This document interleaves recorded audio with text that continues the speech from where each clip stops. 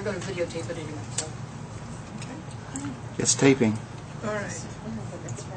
So, I welcome everyone who is here in this room.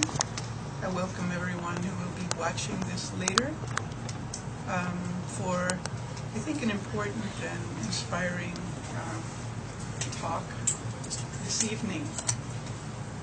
Jim has been a part of UCM for several years, and he's recently ordained, 3 months. In May he was ordained, and this is the first time he's going to be sharing with us as an ordained minister. And he's going to be talking, some of you probably have read the little blurb, that's how you knew he was going to be talking tonight. So you know that he's going to be talking with us and sharing his experience of combat-induced post-traumatic stress disorder, which is on the extreme end of a spectrum of post-traumatic stress injuries. And Jim can speak from his own personal experience, as he is a combat veteran, having spent 3 years in Vietnam from 1966 to 1969. So he knows the experience from the inside. And he also knows, afterwards, all the years that he's lived with those experiences, he knows what was helpful to him when he spoke with other people and other people spoke with him, and what was not helpful. And I believe he's going to be sharing some of those experiences with us, because as ministers or as members of the community, most likely we will come in contact with people who are living with some kind of post-traumatic stress injury. And specifically tonight we'll be talking about the combat-induced post-traumatic stress disorders and injuries. So I know that you will listen with devoted attention to what he shares with us from his own experience. And there will be time at the end for you to ask some questions if you like, okay? So Jim, I invite you to stand in front of everyone.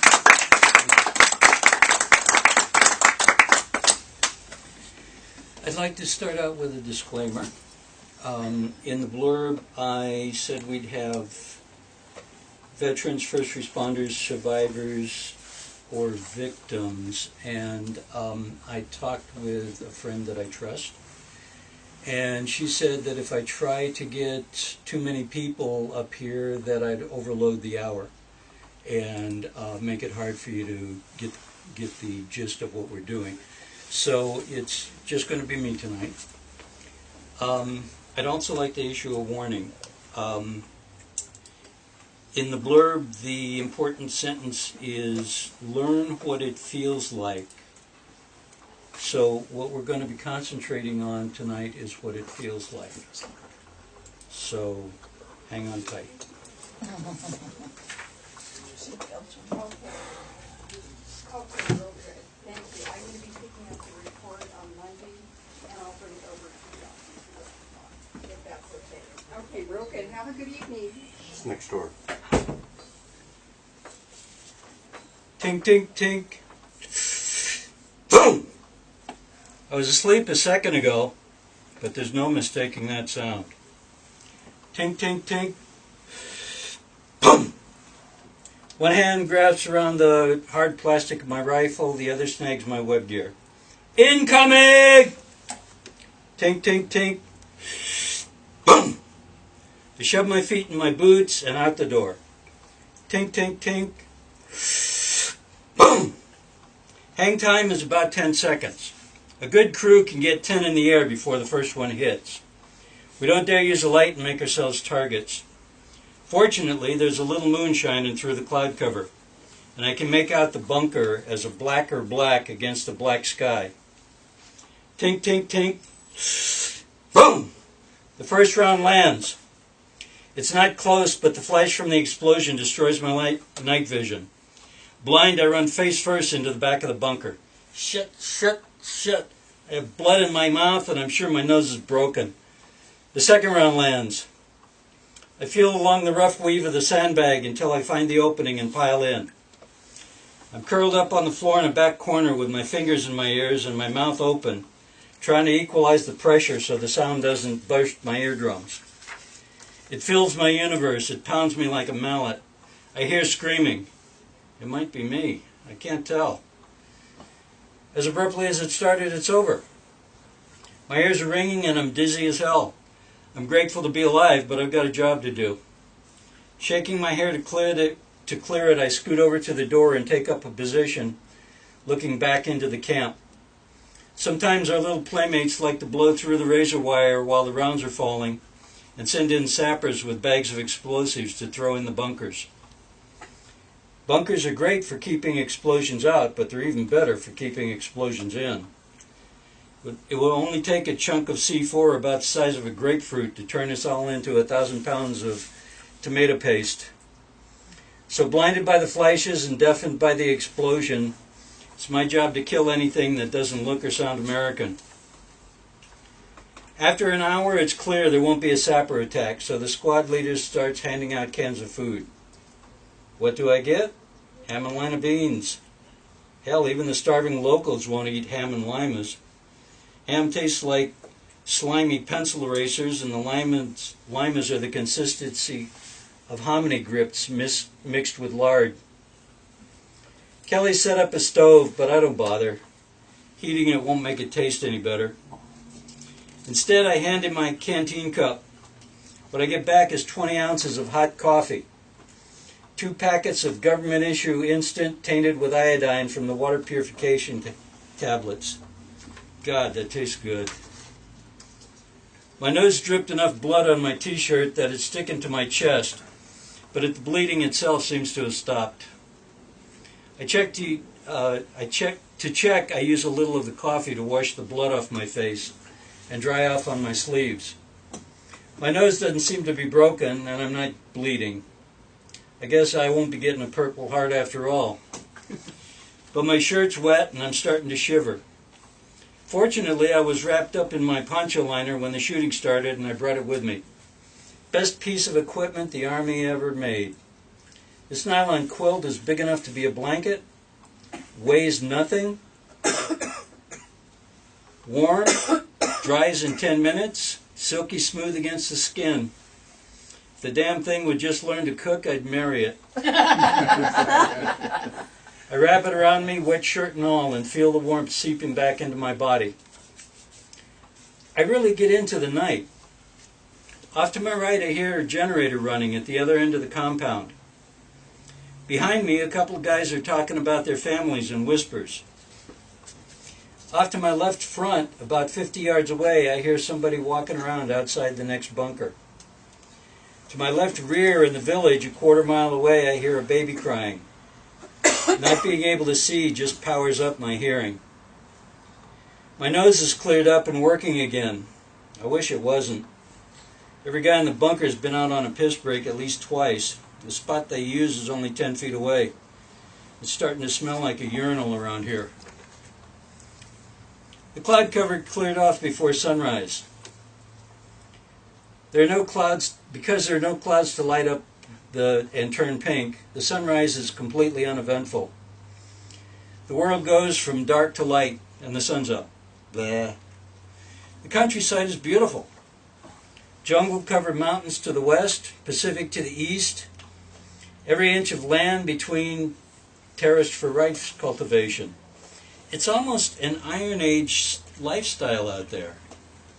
Water buffalo for draft animals, hand tools to get the work done, light, cooking, and heat from wood fires, communication by walking over to someone and actually talking to them. Then I look at the civilization that we've brought.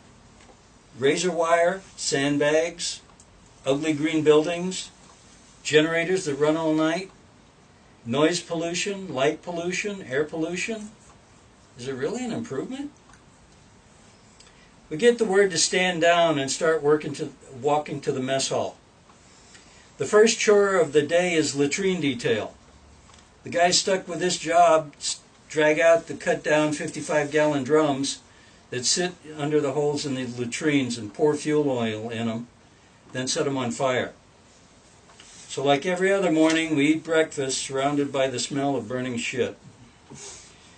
43 more days and I'm out of here.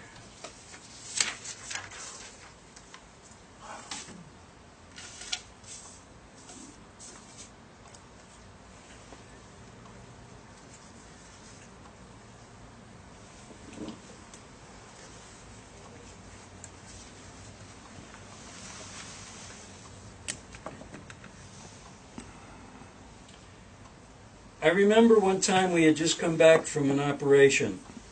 Things relaxed. There was this kid who came around selling rice wine and sugar cane.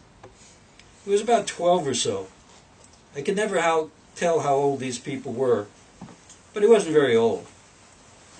His bicycle was booby-trapped and suddenly exploded in our midst. We lost about 8 guys there. Worst part of it was that I had to shoot the kid as he was running away. It was my first kill. If I close my eyes right now, I can be there. I don't want to blow him away. I said, God, let me hit him where it don't get hurt. I just wanted to stop him. What's the use of stopping him? So for some reason, I aimed my rifle at the base of his neck, where I could hit him right in the head. It seemed that I held it for hours and hours, and it took forever to pull the trigger. But I know it was only a couple of seconds. It all flashed in front of me in slow motion. The bullet making impact and him rolling over, becoming a dead heap in the middle of the road.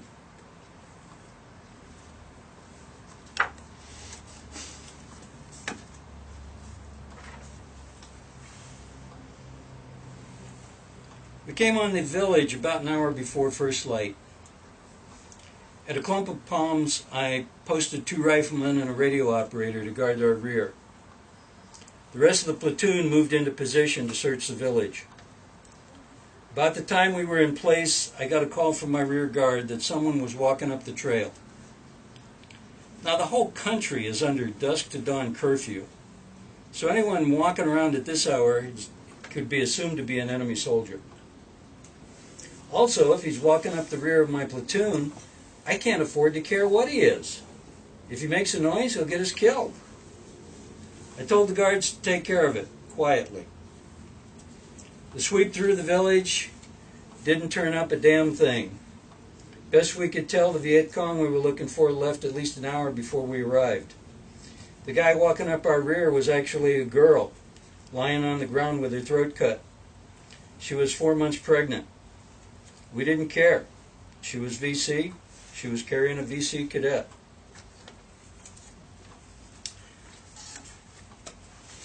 Combat is not like anything that you experience in real life.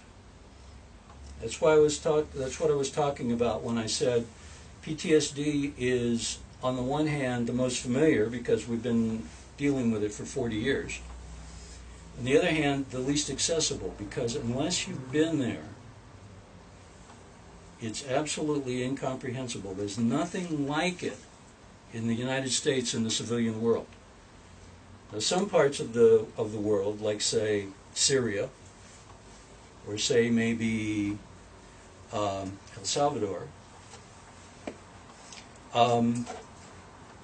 you have a violent enough environment so that you get a close approximation.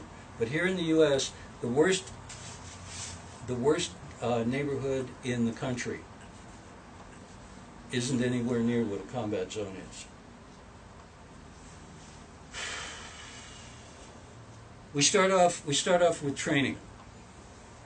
Basic training is designed to take a civilian and make him a soldier. What that means is that what you have to do is take a person who's an ordinary, laid-back, nice guy and turn him into a professional killer. That means that you have to teach him to stop looking at people as human beings and start looking at them as dangerous objects. You have to see them as a dangerous object, otherwise you wouldn't be able to do your job, which is to kill them.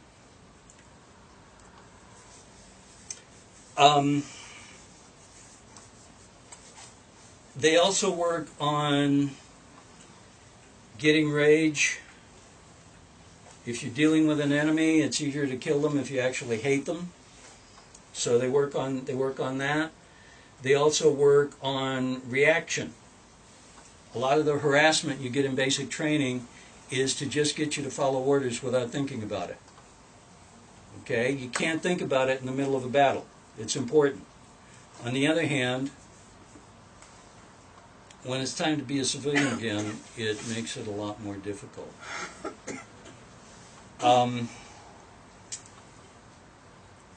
Also, in Vietnam at least, there was a certain racist element to it. It wasn't put in there deliberately, but it was sort of built into the situation. We were dealing with soldiers that looked just like civilians, and civilians that could be soldiers. So after a while, it's hard not to think in terms of anything that's not American as the enemy. Nowadays, in the Gulf War, where at least in Vietnam, most people were sane about getting themselves killed. Right? What we consider to be a sane reaction, which is that they would avoid getting themselves killed if they could. In the Gulf War, you don't even have that. So the people that you're dealing with over there are even less predictable than what we were dealing with. The fact that any person you see, you look around you, any person you see that's not in a green uniform could be trying to kill you. Okay? The other thing about battlefield combat is that it's completely random. It's a dangerous job, like driving on the freeway is dangerous, and you do what you can to improve your survival, just like you would as if you're driving on the freeway. You become a better driver, and so on. But there's always a random element to it.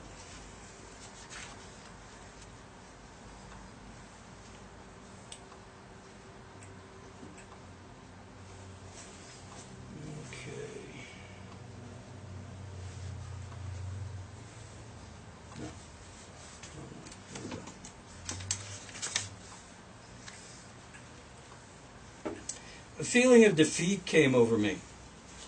I hadn't felt like that in a long time. And then I remembered a time in Vietnam when a couple of guys got killed at our base camp perimeter.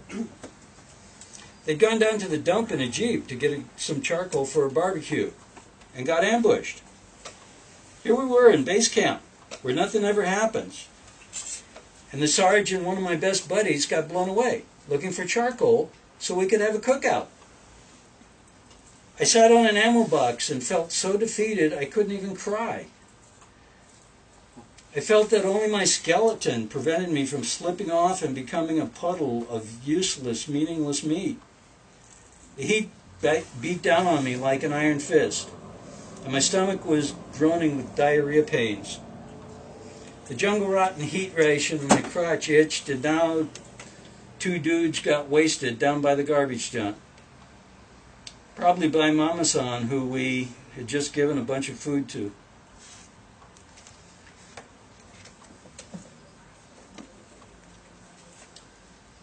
It's also overwhelming.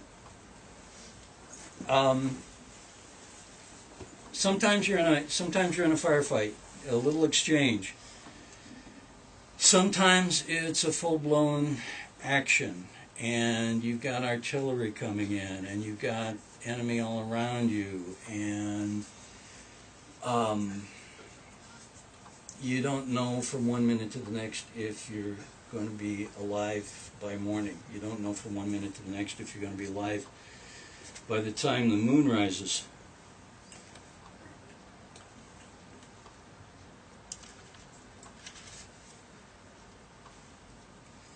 John sat down in an exhausted heat. The red dust puffed up as he leaned back on his heavy red rucksack and pulled a cigarette from a small plastic container he kept stuck in the camouflage band around his helmet. The long hours for the Battle of Hue City had lulled into a sudden stillness, leaving the soldiers of the 101st Airborne wondering if the 1968 Tet Offensive was over. They hoped it was, because the low cloud cover had prevented them any access to air support from Navy jets. And Charlie had been pounding them unmercifully with everything he had. Looking around through tired 18-year-old eyes, John witnessed the carnage of a most beautiful Asian city. Not one building had escaped being riddled with millions of pockmarks from bullets and shrapnel. The city was a complete shambles. Across the open square in front of him lay dead, mangled people and cattle. Cries of pain and wails of grief came from every direction. 160-degree sun already was boiling the putrid odors of decaying flesh and excrement into his nostrils, and he felt a helplessness engulfing him. As if he had fallen into a dream with no control to stop it. There was nothing he can do about where he was or what was going on around him. He must have already died and gone to hell, he reasoned. And this is what it was like there. This was the only logical answer for what he was experiencing. But what had he done to deserve being there? It all seemed lost in that moment. His life could never be the same.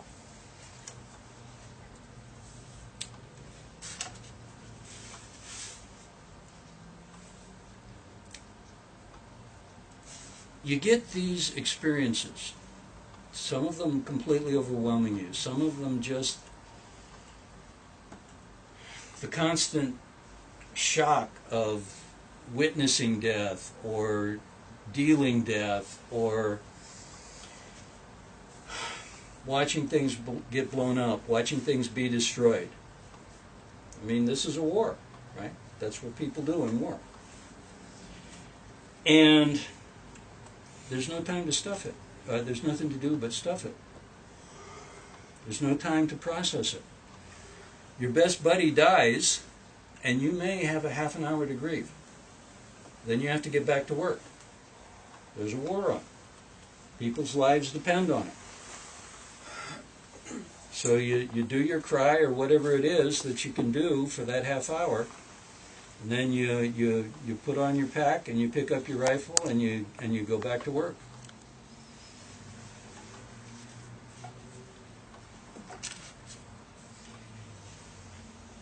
One of the things that I felt was a major factor in the PTSD that I experienced was the asymmetry, the irony of the fact that they put me through 8 weeks of training to turn me into a soldier, but they gave me absolutely no clue how to be a civilian again.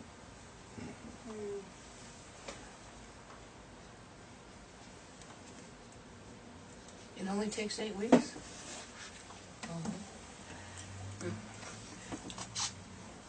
Okay.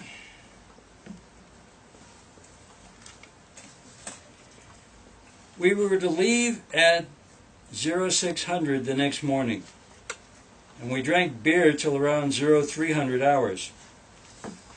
It just flopped in a cot inside a small shack when the VC began to mortar the helicopters on a pad next to our tiny compound. They missed the choppers and hit us instead.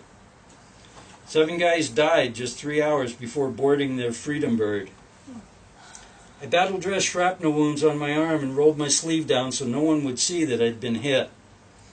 There was no way I was going to take a chance of being medically detained from leaving at 0600. As far as I was concerned, they could give my Purple Heart to one of the dead guy's parents. I wasn't missing my flight. I'll never forget landing at Travis Air Force Base in California. My mouth must have gaped wide when I saw the manicured lawn, clean streets, and women who were as tall as I. The airport at San Francisco was equally awesome and mysterious. A young couple passed by me talking about buying a new refrigerator. Someone else was talking about driving up through the redwoods, and a student with long hair was packing his skis. Not one person I saw was on the alert for danger. No one seemed to know or care that my friends were humping the bush and dying in rice paddies and jungles that very night. My plane touched down at the Seattle-Tacoma airport. I disembarked and went inside. My mother walked right past me in the terminal. She didn't even recognize me. I stood and watched her without saying a word. At that moment, I knew life was not going to be the way I dreamt about as a short timer when I was in the Iron Triangle.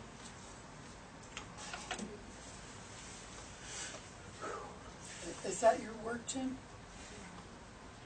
No. This is from Chuck Dean's excellent book, Oh, okay. Nam Vet. I disagree with him a little on his conclusions, but the passages he quotes are right on. Okay, so we go over there. I was drafted. I was given a uniform. I go through training. I get a month of leave before going over in country. I report to an airport. They fly me over in 30 hours. I'm dropped into a unit by myself. I'm dropped into somebody's unit. I serve a year, try to stay alive for that year. I come out by myself. I'm sent home by myself. And I get off the plane by myself and try to figure out how to be a civilian again. Compare that with what happened, say, in World War II. In World War II, you trained as a unit. When you were ready to go over, they put you on a boat, and all 2,000 of you in the battalion went over there together. You had a chance to develop relationships. You served your tour. Those of you that survived got on a boat together, spent 2 weeks coming home, where you could talk with your peers about what had happened. Dramatic difference in the way the two wars were conducted. At one congressional hearing, the person that was testifying said that it looked like the way that the United States was handling its military personnel was purposely designed to give people PTSD.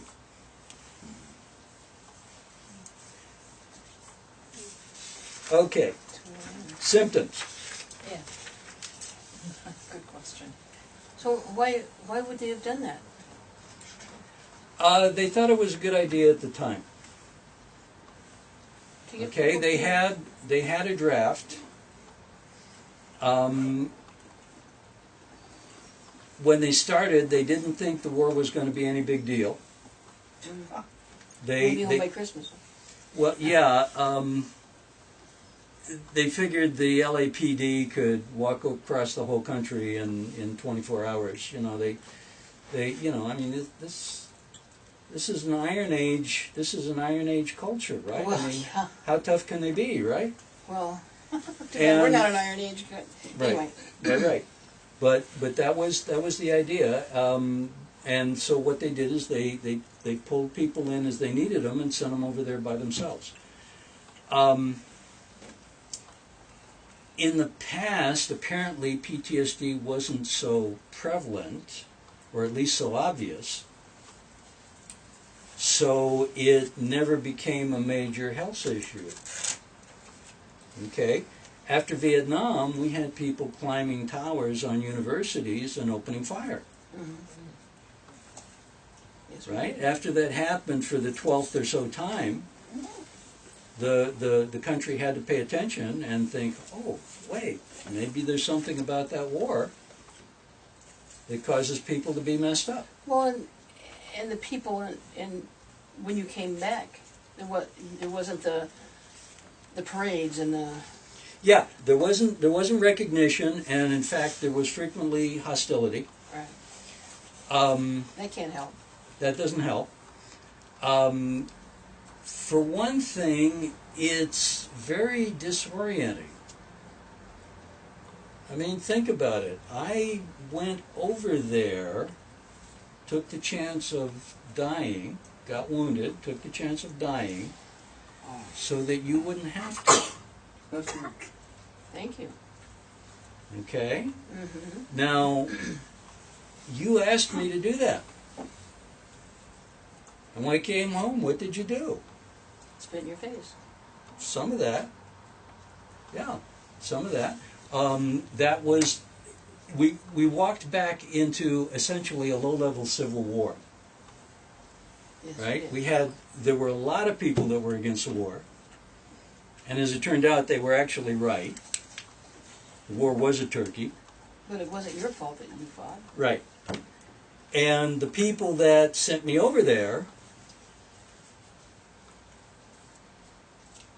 were disgusted because I didn't win the football game. They were treating it like it was a game, and I was supposed to win it. I was supposed to bring home the pennant, and I didn't do that. And so they didn't want to talk to me. Actually, as it turned out, I in particular got on better with war protesters than with the people that sent me. Because I could see their point. I didn't necessarily agree with it at that time, but I could see it. And I treated them as honorable enemies. I mean, they got out in the street, they got their head busted, they got thrown in jail, they got run out of the country. Right? That's an honorable enemy. The people that sent me there were untrustworthy friends. Right? Big difference.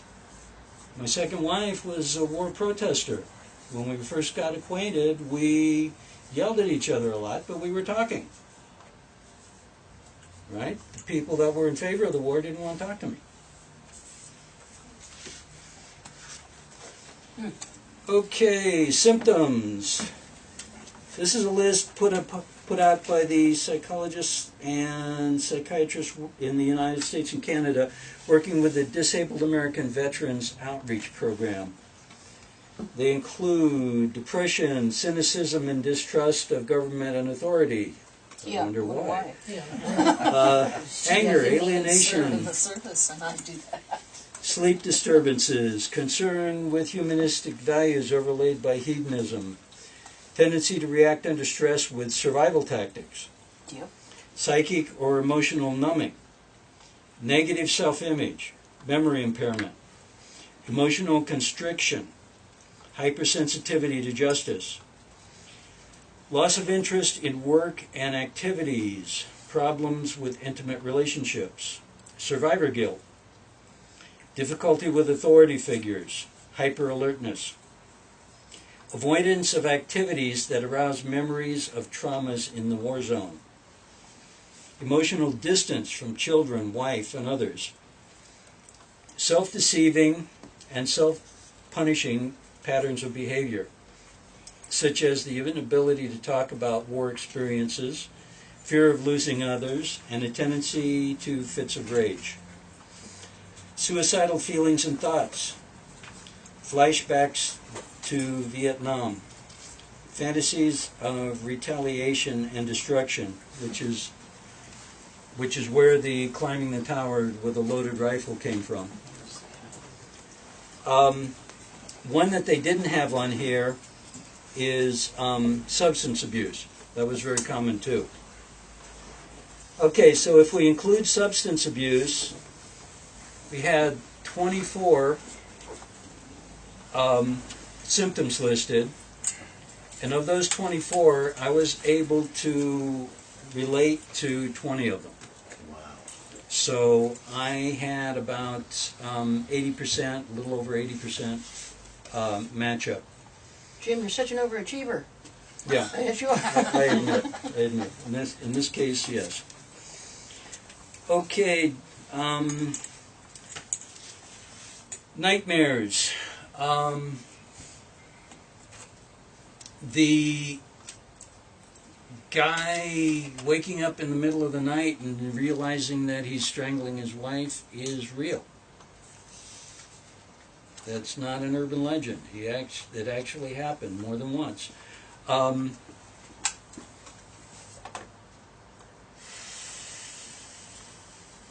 Depression. Let's think back to the one in where the guys got ambushed trying to go for charcoal for a cookout. Okay. There was nothing that this guy could do. Over in Way, the city's completely destroyed, and there's nothing he can do about it.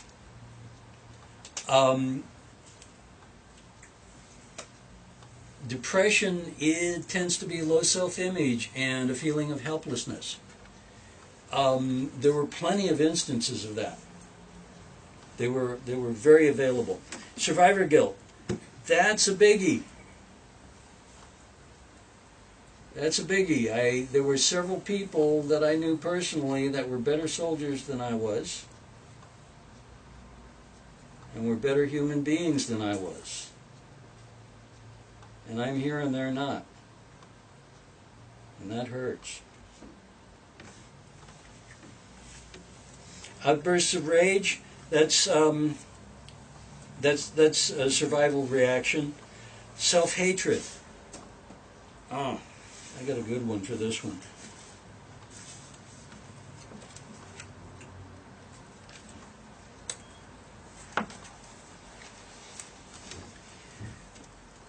We spent 3 weeks at Benoit Air Base, completely isolated from outsiders. We ate nothing but gook food so that our sweat would smell like the natives. We turned in our army gear and they issued us Chinese and Russian weapons, black pajamas, sandals, and rice paddy hats. During the night we would slip out of our tiny compound and probe American perimeter lines. This was to accustom us to being on the other side. I actually felt more secure out there than I ever did when I was assigned to an American unit. During that same time, we received special instructions about our new war.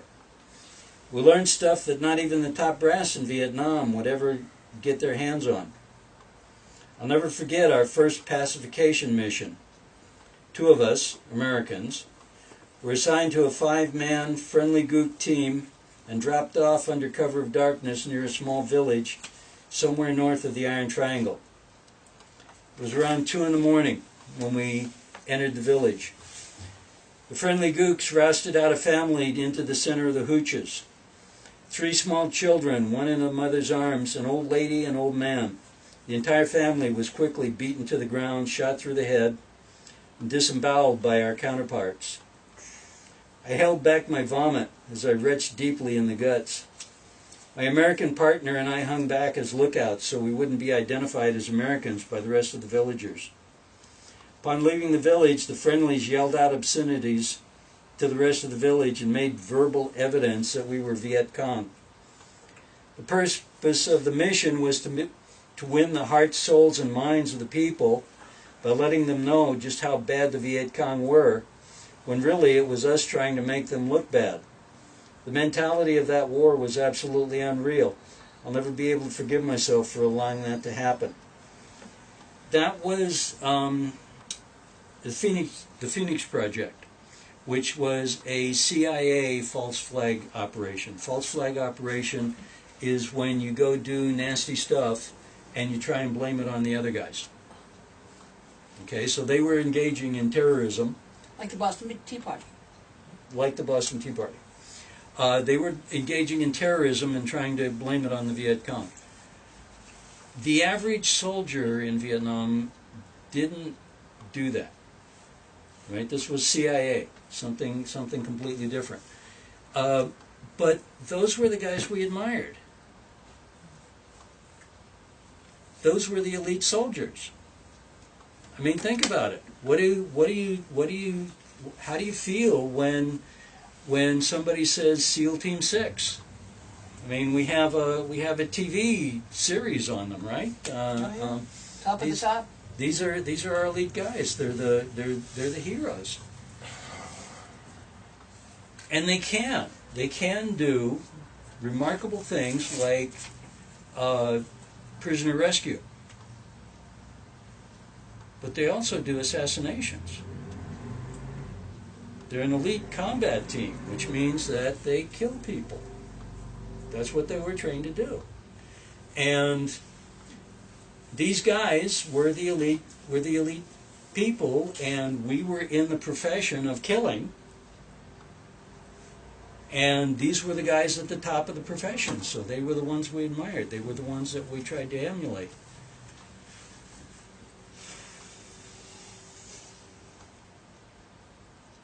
Now, imagine it's 5 years later. You've been out of the Army for 5 years. And your military values and your military mindset have disappeared. You've taken on civilian values and a civilian mindset. But those memories didn't go away, did they? No. All of a sudden, you're trapped in the same body with somebody you don't like very much. In my case, I was trapped in the same body with somebody I despised. What happens next? Try to get yourself away from that person? Yeah, Or maybe yeah, hurt that person? yeah. Or maybe, Yeah, so one of the things that happens is substance abuse. Right? Self-medicating. Booze won't make it go away, won't let you forget, but it'll put it away for a while. Okay? It's a numbing agent, right? Alcoholism in Vietnam veterans is through the roof. Another one is suicide. When I was suicidal, I was in a mindset where I was prepared to do anything to stop the pain. Anything. And the reason why I was willing to do anything to stop the pain is because I couldn't believe that it would ever be better. Right? When I was in that mindset, it was going to be like this for the next 1,000,000 years. If I didn't die, I wouldn't have to die because I was already in hell. I could have been here for eternity repenting for my sins because it was that bad. And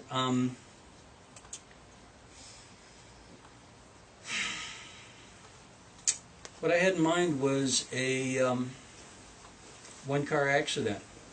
I had a pretty good plan, actually. I was quite proud of it. I was going to stop at my favorite sushi place after work, have enough sake so that being impaired was plausible. There was a long straight stretch on the way home that made an abrupt left turn. Forget to put on my seatbelt. Over the course of that mile of straight road, I could get up a pretty good speed, far too fast to make that turn. It was a freeway frontage road, which meant that the sound wall made the curve when the road curved and then went off again. I was planning on hitting that corner of the sound wall. What saved me was that I was so depressed I couldn't execute the plan. Oh, wow. Right? Executing a plan takes work, and I was so depressed I couldn't get myself to do it. work and energy, yeah. So later on, when antidepressants became common, and they were having instances of, say, 6 weeks after the start of taking the medicine, the person commits suicide, I knew all about that. You know, the person took enough antidepressants to be functional, but they hadn't yet had enough to feel good. Okay? So they just went ahead and carried out the plan.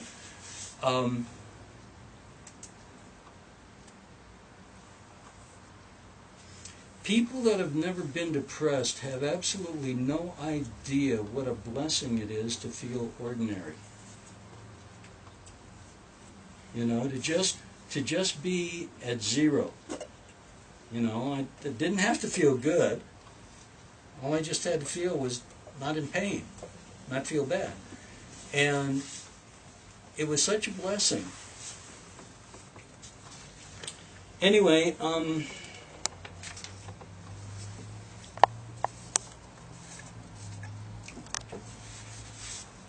drink too much. I know it. How many of you have seen me drunk? The reason is because I do my drinking sitting on my recliner in my living room between 10 at night and 2 in the morning. I know it's too much because it's somewhere between twice and 3 times what the doctors recommend, which is 2 drinks a day. And most of the time it lets me get to sleep. I don't have nightmares, but I do have a lot of trouble getting myself to turn off.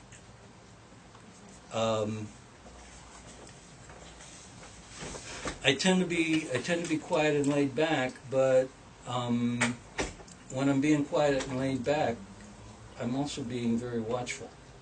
Still water runs deep. Yeah, and so it's hard for me to get off high alert.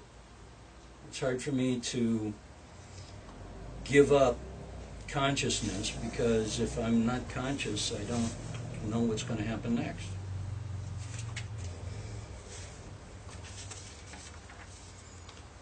Okay, recovery. Let's talk about recovery.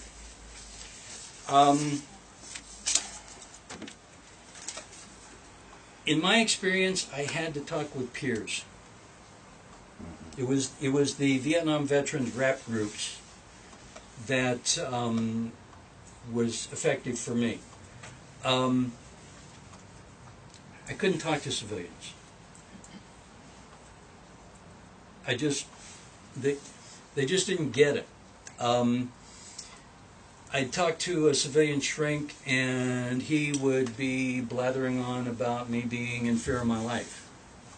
Well, yeah, I was in a dangerous job, right?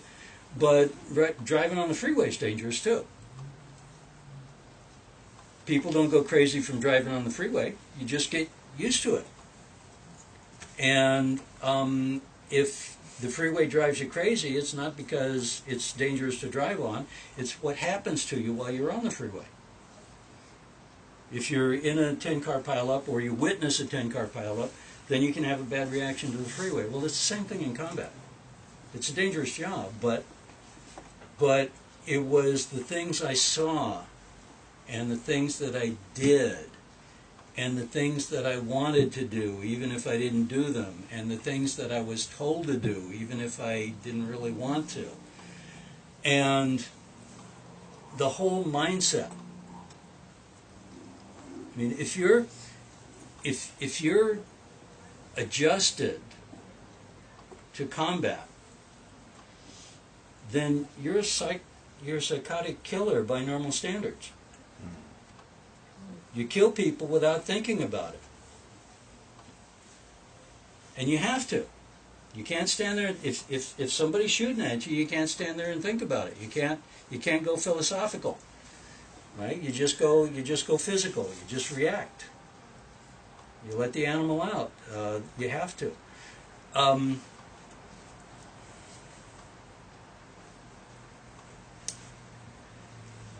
So, how do I tell this to a civilian shrink?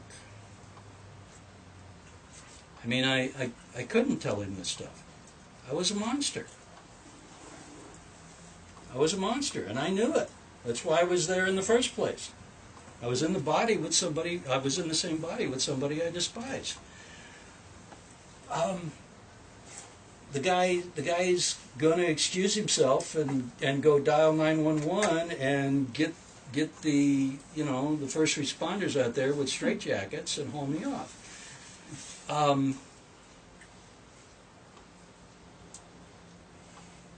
the other reason I couldn't talk about it was the reason I went in the first place.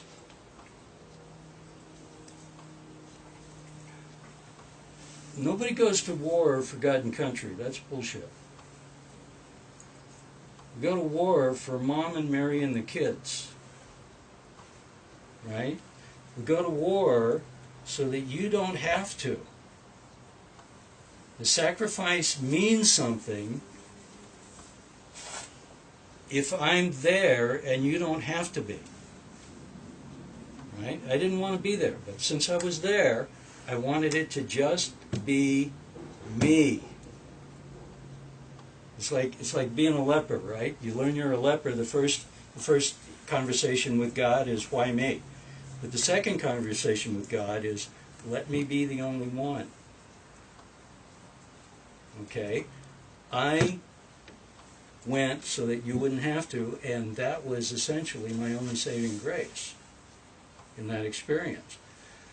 So why in the world would I subject you to the horrors of combat by telling you what I did? I mean, that's why I went, is so that you wouldn't have to know about that stuff. And you know, the problem with knowing something is that there's no way to unknow it. So, I had to talk to my peers. For one thing, I discovered that if I had some ghastly story, and I had a few, one of the guys in the group that I'm with had one that was just as bad.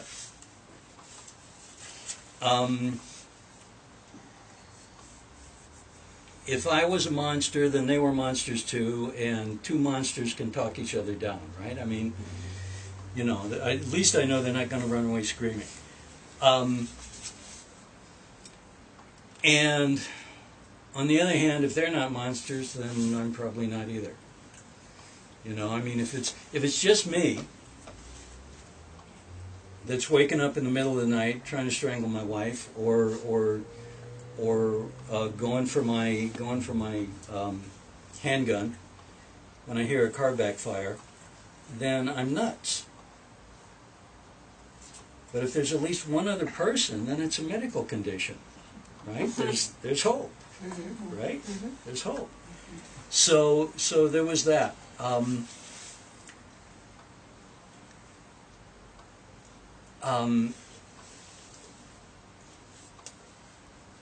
And there's also kind of a spiritual component, which is something that should interest us as ministers. The people that were going over there were like 18. Okay, I was 20 years old. I was an old man. They tended to be 18-ish. They just got out of high school. They had a very naive view of God. You know, dear God, let me pass this test, and I'll, I don't know, attend service on Sunday. You know, well, in combat, that doesn't work.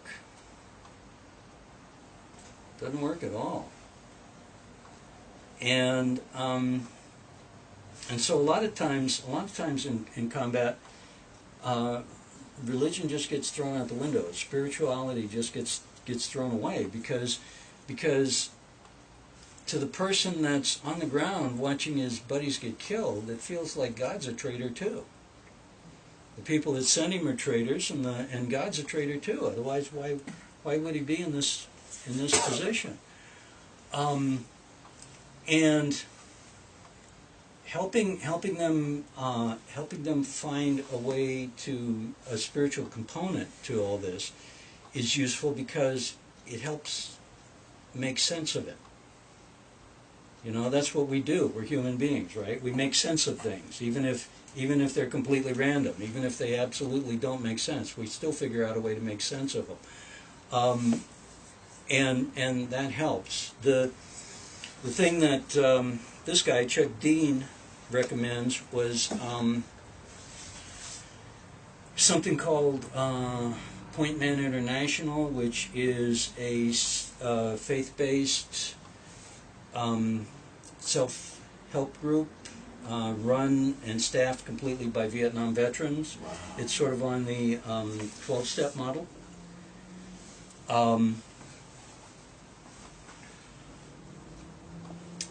If you encounter somebody with PTSD or that you suspect has PTSD, don't try to fix it. We can't. We don't have the training. But we can listen. Okay? Be a good, active listener. I mean, really listen. I remember a conversation I was having with the wife of a friend of mine who was also a Vietnam veteran, same unit I was in, and he was able to achieve something that I wasn't, and that was that he brought all of his guys back alive. And I was explaining to her my respect for him for being able to do that. And what she said to me was, it wasn't your fault. Which meant she wasn't listening to me at all. Mm-hmm. I was offering a token of respect from a peer, and she was trying to fix it. Okay? Just listen. Okay? Just listen. Okay. Relationship with the rest of the spectrum. So far it's been heavily weighted in my experiences, heavily weighted on Vietnam. War has changed since then. We don't have a war going on now that's being handled exactly like Vietnam was being handled, but the new wars have new problems of their own that add to the stress disorder. My opinion is that PTSD is just the end of the spectrum. It's not something separate. It looks like it's separate because it tends to be so much worse than its closest competition. But that's because we really have no close analog to combat here in the U.S. We still have stress, right? I've been working with Janet on the CISM briefings, and the stories I hear from the people that we're debriefing are very much like many of the experiences I had in combat. Excuse me, could you say what those initials mean for the people that may not know? Oh, I'm sorry. It's critical incident stress management. They work with first responders of all kinds. We did together. Janet and I did a debriefing for animal services.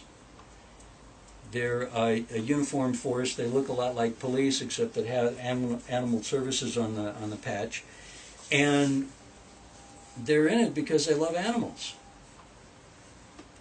And what they were talking about was a wildfire and a herd of 24 goats trapped inside a paddock that was burning. And not being able to get away and having to jump through the fire. Some of them didn't make it, and what it was like for these people that love animals to have to deal with all that death and destruction.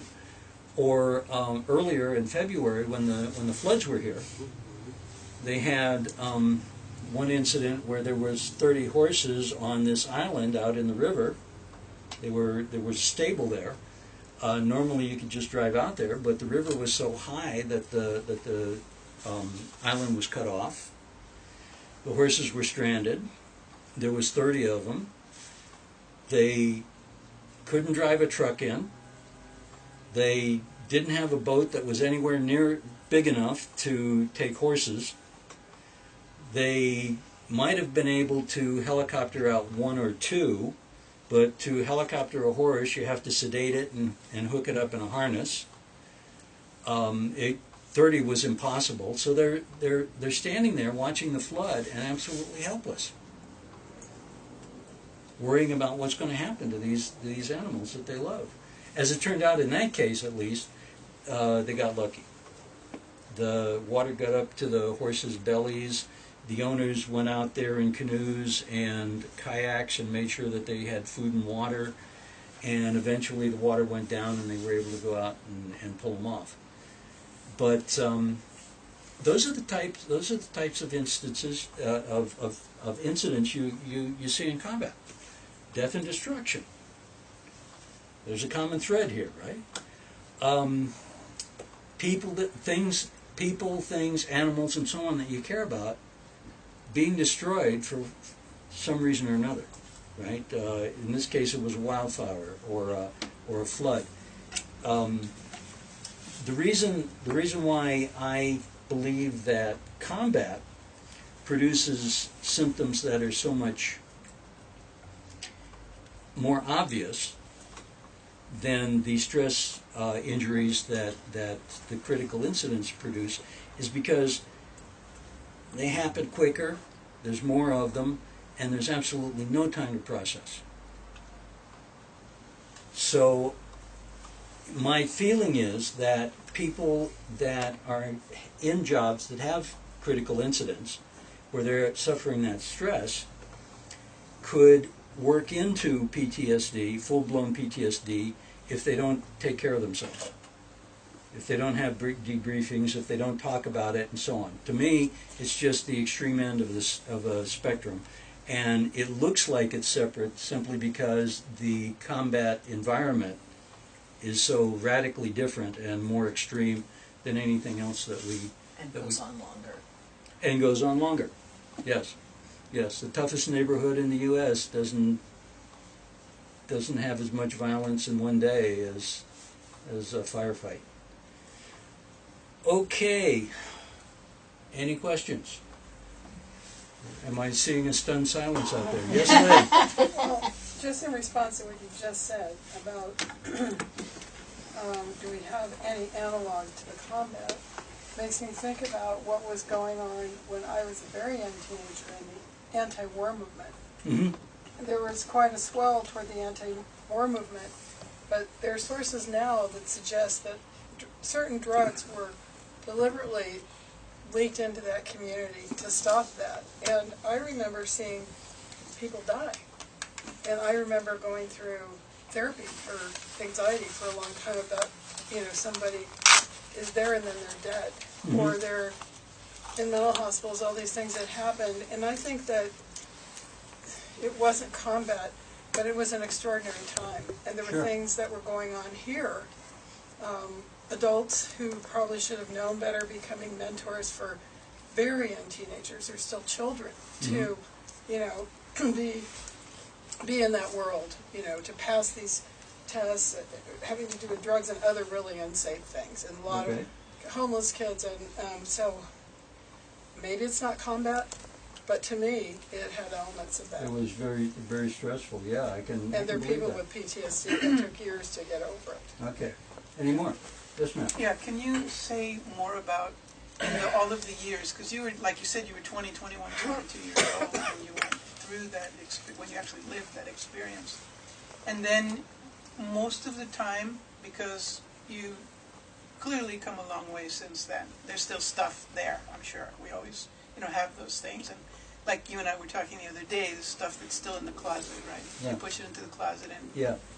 And then it leaks out. There's some leaks in the closet, and maybe there's a monster in the closet. I wonder about that too, like the monster that you were describing.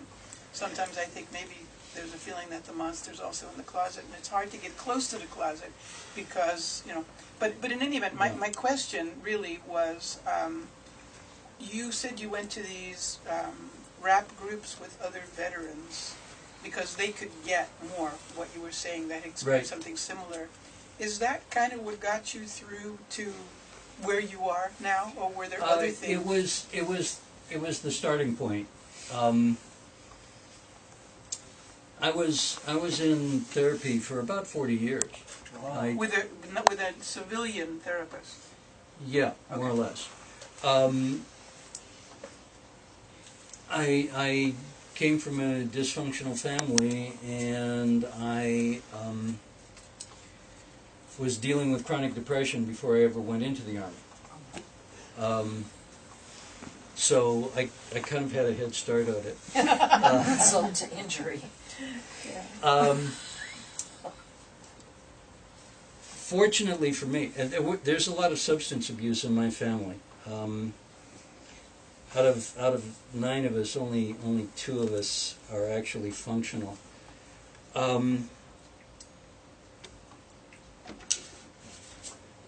This stuff was my drug of choice since about 6th grade, since about 10 years old. Okay? Literature is a pretty addictive substance. As addictive substances go, though, it has some real advantages. One advantage is that I have this absolute storehouse of useless information. I can tell you all kinds of bizarre things, just so long as there's no practical use for them. That's a requirement, huh? Yeah. Did you know that Menelaus and Helen of Troy, when they came back home to Sparta, had a daughter named Hermione? No. No, I'm stuck with it too. Did you know that? Did you have red hair? I have no idea. Did you know that in 4 billion years the sun's going to turn into a red giant, and if we're not out of the solar system by then, we're crispy critters? But it won't explode because it's not big enough to get, and it won't get hot enough. What it'll do is it'll collapse to a lump of coal about the size of Jupiter that will have a diamond about the size of Earth. Aren't you glad to know that? Inside of it. Yeah. So what you're saying, it was an escape, literature, like reading is kind of an escape from Still whatever is. thoughts would want to Still come is. up. That's the downside, is I can spend 10 hours a day doing it. Just ask my wife. Yes, ma'am. A lot of people in my family were policemen. Yeah. And in my uneducated view, that's very close, as close as we probably have in this country. I agree. And my brother used to say to me, I used to say, "Oh, you're so pessimistic," and he said, "Sure I am. You go through life and you walk on the boards over the sand, and I go through life and I kick them over to see what's growing underneath, because that's my job, to take care of that." Yeah. And so you orient yourself differently, and you don't talk about it because nobody at the Thanksgiving table wants to hear how you responded to a call at the house and some guy was high on drugs and bashed his baby's brain out. And, you know. Right, exactly. I mean, what I'm saying is it's not similar, and their shift is over. I think that's a huge thing. Their shift is over, so they can either go get drunk with their friends or go home, depending upon how they can function. But I think that we miss a boat in this country, and I'm putting this out here to get your take on it, in not having recovering and retired policemen be part of the group that's available to talk to veterans who have, because I don't know if we have enough of the groups that you go Sure. to. No, I'd be for that. I'd be for that. They have to be experiences. trained, but I think the closest, one of the things is, and I've been in therapy for a long time, and I thought, well, I could tell this therapist everything, but then would they stay in the room? Because before you tell somebody something, Yeah. whoever you are, whatever painful thing you're telling them, you have to say to yourself, will they stay in the room?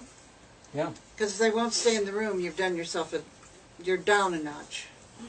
And so that's what anybody who's had an experience, and my experience are nothing compared to my brother's or yours, or, but what I'm saying for anybody who has to share something that's painful, you have to always ask that question. And that, I struggle with, how can I help? We're all helpers in this room. You wouldn't bother to be here if you weren't a helper. And I think one of the things is if we could expand somehow the resources. And I absolutely agree that it can't be us. I've heard some pretty crummy things because of things my brother has been willing to share with me and things that happened to me. But I don't know that I could just not let my eyelashes flicker when somebody said to me, well, I had to do X, Y, Z. Yeah. And if you can't not let your eyelashes flicker, if you can't just sit there and say, that must have been hard, or at the very most. Yeah, or a domestic violence victim, or a childhood sexual abuse victim, or but a torture victim, those... Those are easier, honest to God. I did some employee assistance, Barbara and I did some pastoral counseling things. You can stay with those because it's often a finite experience. With a domestic violence, they have to come to the place where they understand what they're experiencing is worse than the unknown. But even with a childhood abuse, you can stay in the room with that because it's over now. Eventually came to an end. You're adult, Yeah. They're old or whatever. But with the militaries, and especially it seems to me, and that's one of my other questions for you, that the Vietnam was so complicated. First of all, you were in and you were out. Yep. You were there for a year, most people, and then they could come home in a year, and most people did. And so you didn't have the same level of, when you talk to people who went through World War II, you went in together, and as long as you were alive, you stayed together to see what you could do to get to Berlin. Yeah, and you might have been together for several years. Right. Yeah, 4 years or so, yeah. But neither your leadership nor your teammates were going to be there longer than a year. Yeah. So how do we help those people, of all people? I'd be dropped into an existing unit. I'd be the new guy for a while. Eventually I'd be pulled out. Other new guys would come in, other old guys, other short-timers would leave. In some ways the unit had no cohesion. Yeah. I guess that. Compare that with, say, the old regiment model where your whole battalion was recruited together, trained together, and when it was time to go overseas, you got in the boat and you went over there together. And, and they had the regimental traditions and all that stuff to give a feeling of solidarity.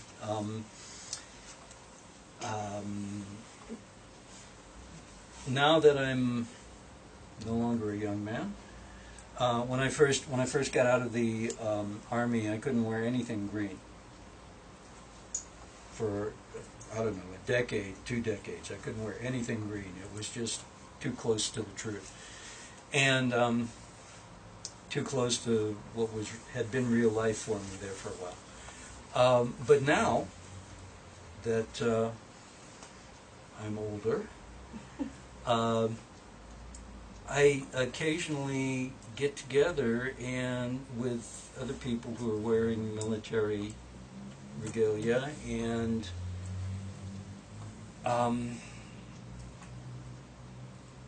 this is one of the places where I disagree with Chuck Dean. He says that middle-aged guys get together with their combat buddies to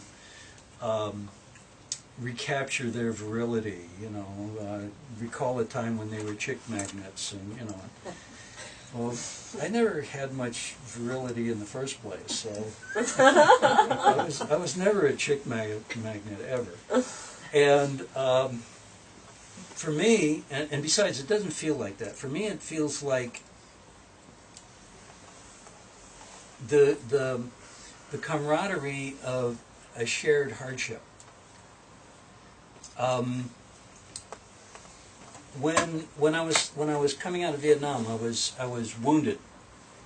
I got wounded last month in country, and I was in a hospital in Osaka, Japan.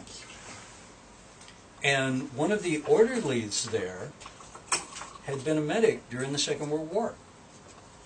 Since we were in Japan, he was a medic in the Japanese army. And we got along great. We were soldiers. We were honorable enemies. He would tell us about the field techniques he used to treat wounded soldiers at that time. There were meetings after the Second World War where the English soldiers and the German soldiers got together and they talked about, you know, the shared experience. Now most different. Yeah. Although I do have a tendency, if I meet somebody that's Vietnamese, to apologize to them. If it's from my generation, I apologize for trying to kill them, or the possibility, at least, of trying to kill them. If they're younger, which is now it gets to be more and more frequent, I apologize for running around their country with a loaded rifle.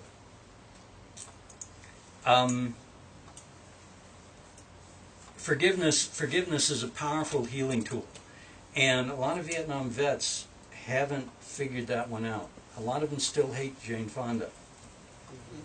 Okay. Yeah. A lot of them still hate the war protests in general, right? And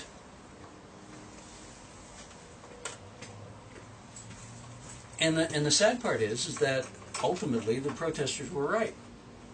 The world, not necessarily for the reasons that they thought, right? I have no way to judge whether the morality of the war, which is what they were protesting, usually, was justified or not.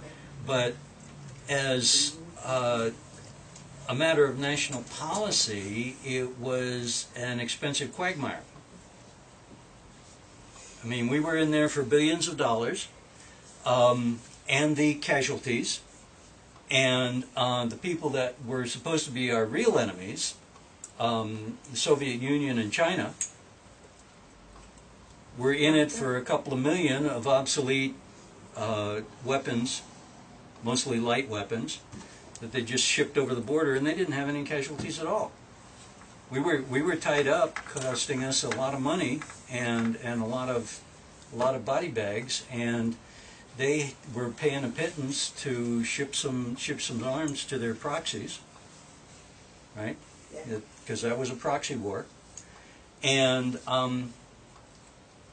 you know, and just looked at from a strategic point of view, it was nonsense. We had, you know, it was killing us, and actually did serious harm to our economy.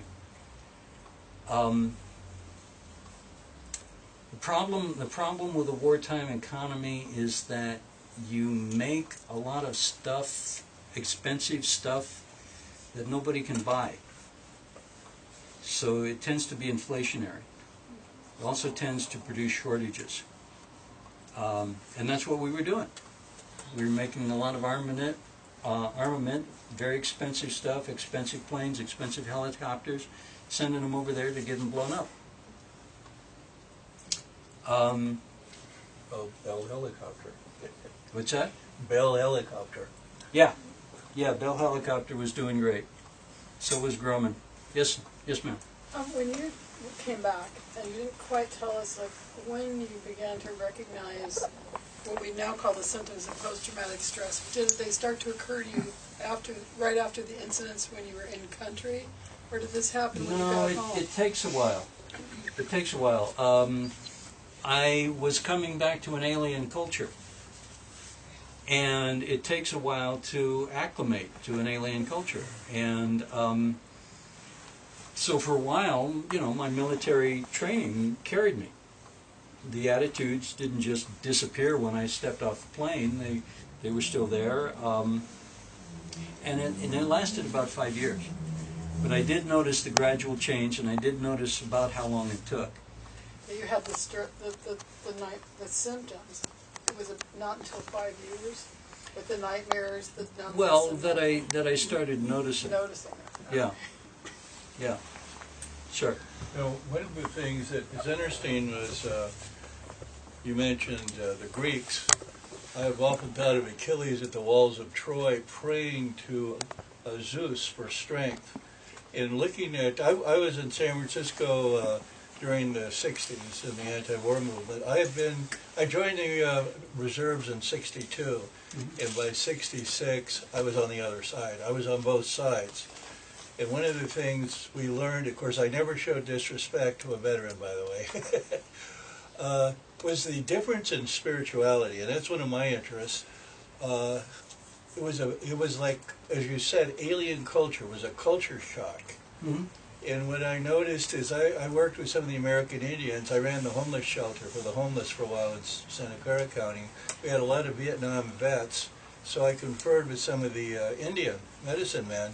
What they had is they had a different kind of entity that would be lodged in the back of the neck of a lot of Vietnam vets. And the Indians, when the Indians came back, they removed the entities. They prayed for a while. They separated from the people. They did sweat lodges and spiritual practice. And then when they felt clear, they went back in the community as honored members of the community. Yes. And that's what the rest of America and that's forgot. something that we could do, Yeah. right? We're into ceremony, and it's an old tradition. Goes clear back to medieval times in the Western world, and probably farther than that in Native American. But yeah, there was a time when people came back, when guys came back from war, and they had a cleansing ceremony.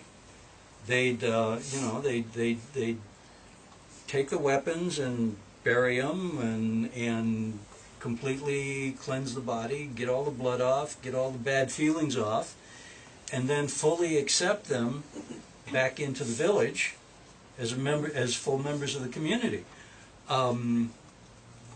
That's, we're spiritualists, right? We can come up with a spiritual ceremony of some kind. Idea. Never too late.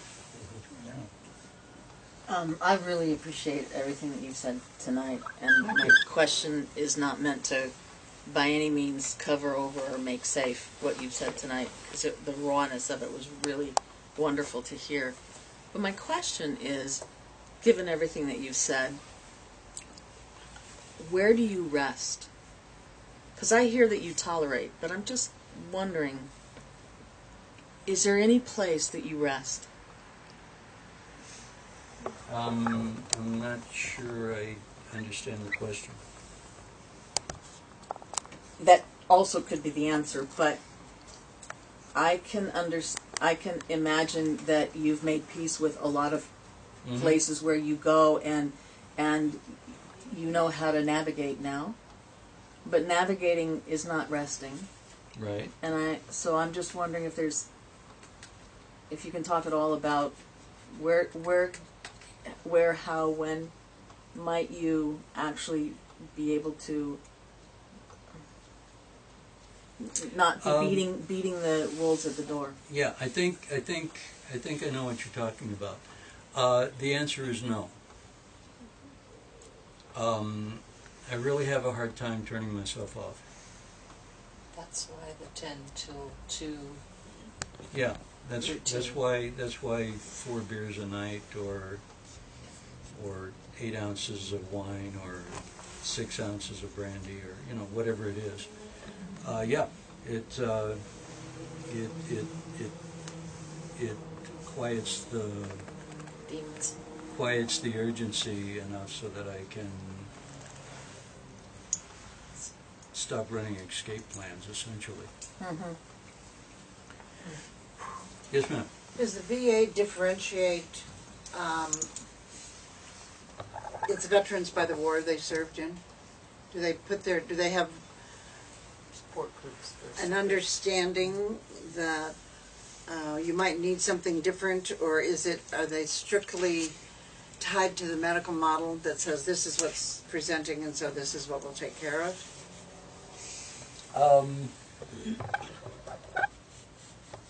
Yes and no. They are changing because it's being forced upon them.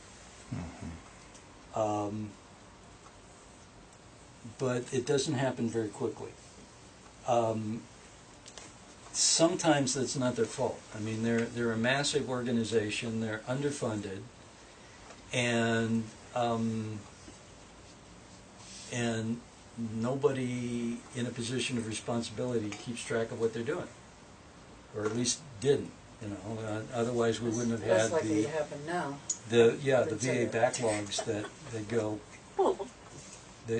go on for years. Fortunately for me, right, one of the things that goes on for years is determining whether it's military related. You come in there with something wrong with you, and you know they're basically supposed to treat things that are related to your service in the military. And in my case, fortunately, I had a good VA advisor when I was getting out of the Army. I came out from Beaumont Hospital in El Paso, Texas, and he said,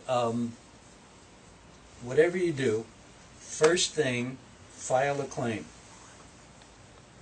File a claim for your wounds. Even if all you think you're going to ever have is scar tissue, file a claim. That way, if there's ever any problem with them and you want the VA to help you take care of it, you don't have to prove that it's service-connected because the claim's already been filed.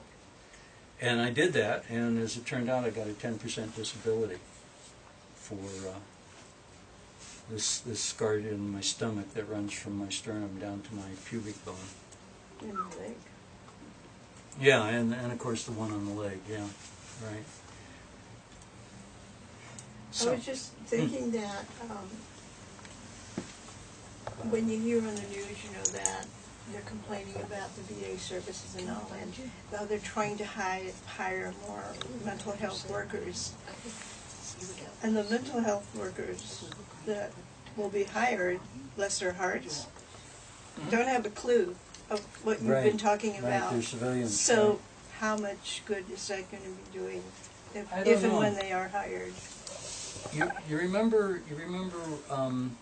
once when you were called out for a grief counseling at a school, and got there and they had the volunteers over here that didn't have any degrees, but they'd been volunteering for 20 years and had done 1,000 debriefings. Yeah.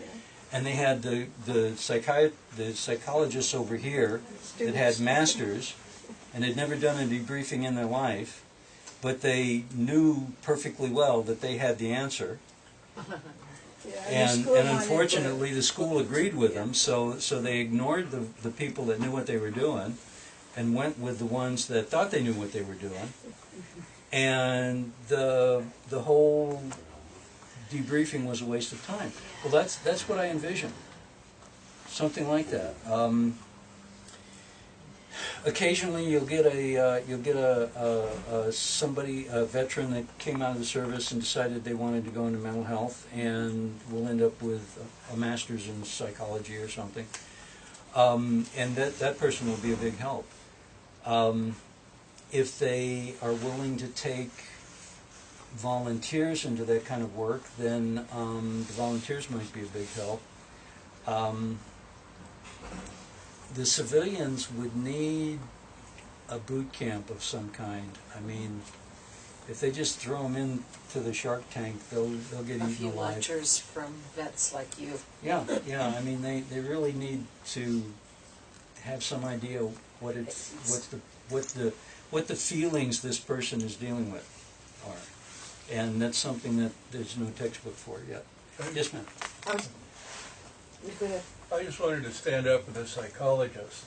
It's only been 100 years since Freud came off his cocaine, and I think a lot of psychologists, as we learn, that was my graduate degree in psychology, is learning how to overcome our addiction problems. And I think once that happens, psychology will listen to the volunteers. Okay. But some will, and I worked in psychiatry also. I worked in inpatient psychiatry as well as doing an employee assistance program. And why the hell did I raise my hand? I can't remember now. That's all right. I do it too. Sorry. I hate it when it happens to me. Yes, ma'am. So Jim, where do we find, if we run into people who could benefit perhaps from the peer groups that you're talking about that were so helpful to you, where would we find that kind of a resource to direct? Well, this guy gives a phone number for the resource that I mentioned. I'm assuming that there are resources like that that are aimed towards the more modern conflicts. I mean, you know, this conflict is going on 50. It's almost old enough to join AARP.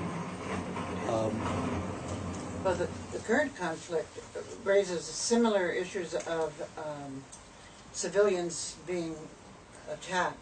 The military. Yes. You know, where historically, Yes, in some soldiers ways. tried to shoot at soldiers. Military civilians may have been, but now civilians can presume to be attacked. Yeah, in places like Syria and they and can be Afghanistan. reasonably presumed to be enemy soldiers. Right.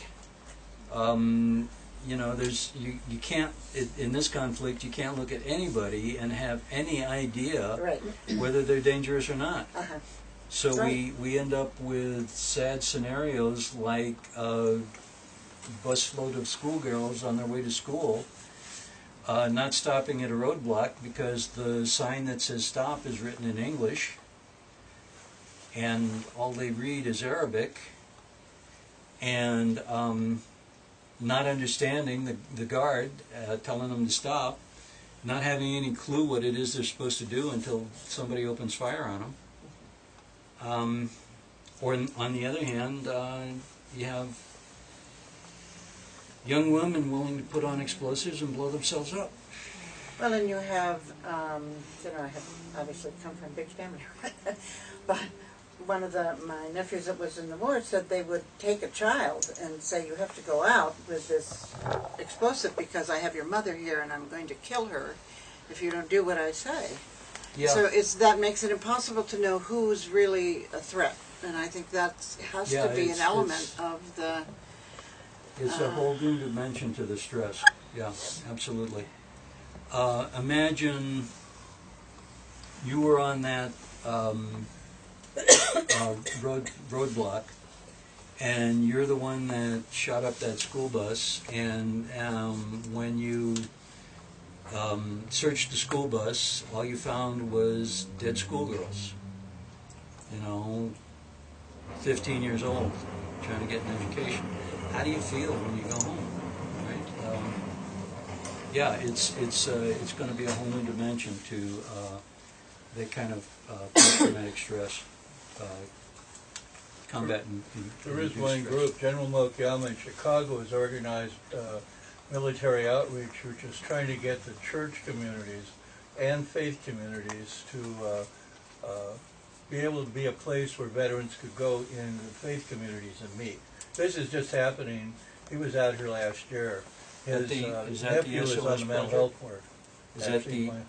So that's one group, military outreach. Okay. There's a bunch. There's several of them. Okay. You know. Yeah. Do you have any literature or a? I do on military outreach. Okay. Yeah. I think I may have something on SOS. I have a card, but I'm a past president and I'm not going to lose you.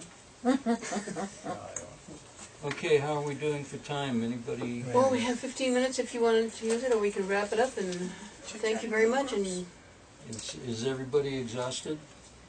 Pretty exhausting, but pretty wonderful. Yes, ma'am. Yeah, I do have another question, because Okay. I would love to come up and just hug you and just pour my heart into you. And I'm guessing You'll have a chance. Well, but to be serious, I'm guessing that's probably not always a good idea. And I'm wondering about things like not coming up behind somebody in proximity and those kinds of things. And do you especially predominant right when they came home. Yeah. They were very touchy. If you went in to wake them up like I did with my brother. Yeah, I ran. that is a real consideration. I never had too much trouble with that. but I was an exception. Because I would imagine it would be important to measure and, read. Yeah, read body language in particular.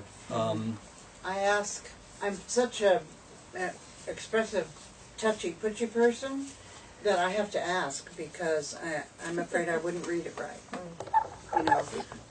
And so I say, is it all right if I touch you? Is it all right if I touch you? Is it all right if I give you a hug? Or not in my normal church doings, but in a situation where I'm trying to, someone's asking for help. Someone in distress. And I'm not sure exactly what the circumstances are. I do less touching then unless I have permission. Right. But it's a real consideration because remember if he's having problems with PTSD, then one of the symptoms is reacting with survival skills. Right? And this is a person who had survival skills in a combat zone. Well, even just the alienation, like kind of blowing it.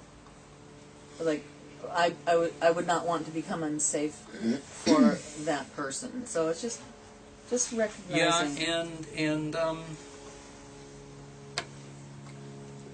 if he's erected an emotional perimeter, then basically what it would do is just drive him further into the perimeter because it's under attack. Yeah. So. Good to remember. Go ahead, please. Go ahead. Jim, this was really great, your presentation. Oh, thank you. And I'm grateful for two reasons. The first, as a CISM volunteer training, and the second, my sister and I have two cousins, male cousins who went off to war to Vietnam and didn't come back the same at all. Oh, wow. Right. Both isolated, both died young. Okay. And tonight, I understand. Thank you. Thank you. That's enormous. That's a wonderful thing. Yeah, that's a wonderful gift. Thank you. Thank for telling you. me that. Frank Yes. and Tony. I too want to just thank you for the depth of the reality you shared, the grittiness of it was, I've known a lot of people. I was, at that age when a lot of people went and came back, but I didn't understand and I never got to hear, and so you really, in that first half hour, really kind of taking us there, was a gift you gave us. Thank And you. I Well, in appreciate that you case, risking to do that. yeah, That was a if I huge risk. succeeded in doing that, that was my goal. Yeah, we got the sensory. Yeah. Yeah, I wanted you to Your feel energy it. 'Cause, expanded. We got it. Yeah.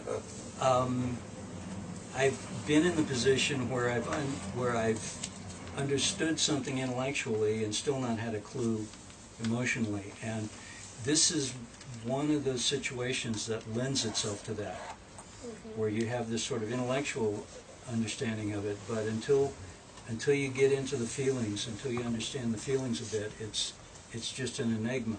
Yes, Lynn. Well, the way that you use words to show versus tell suggests to me that all of your addiction to literature has really paid off, and to continue to create scenes as you did for a right. Keep on follow-up, man. Good follow-up. Keep on reading, Jim. Yeah, right. Read on. And writing.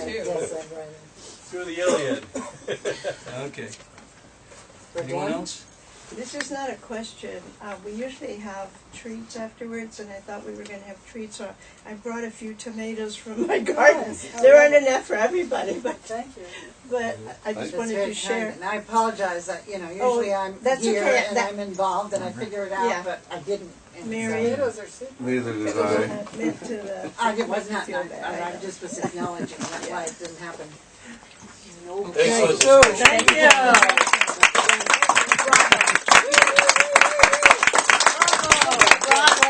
Thank you everyone for coming. Remember to sign and drop a donation in the basket Did you if sign? you haven't done so. And again, thanks Jim for. Oh, you're welcome. Good job, Jim. You did a great job. Thank you so much. Okay, I think we need to applaud the new reverend on the block. I didn't realize you just got your ministry. Wow. Bravo. great idea. And so it is. And so it is. Get them up, move them out. Thank you, thank you. Oh, yeah. That's exactly what I was hoping would happen. Okay. The insurance